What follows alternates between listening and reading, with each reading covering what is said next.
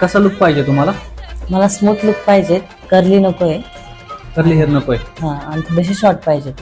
थोडेसे शॉर्ट पाहिजे. हो, आणि स्मूथ लुक आणि शाईन लुक पाहिजे. ठीक आहे, चालेल. तुमचं खूप जास्त फ्रीजनेस वगैरे आहे, हो तुम्हाला एकदम स्मूथ हेअर करून देतो. ठीक आहे, हो 100% स्मूथ हेअर करून देतो. हो चालेल. ओके का? हो, खूप छान झालं.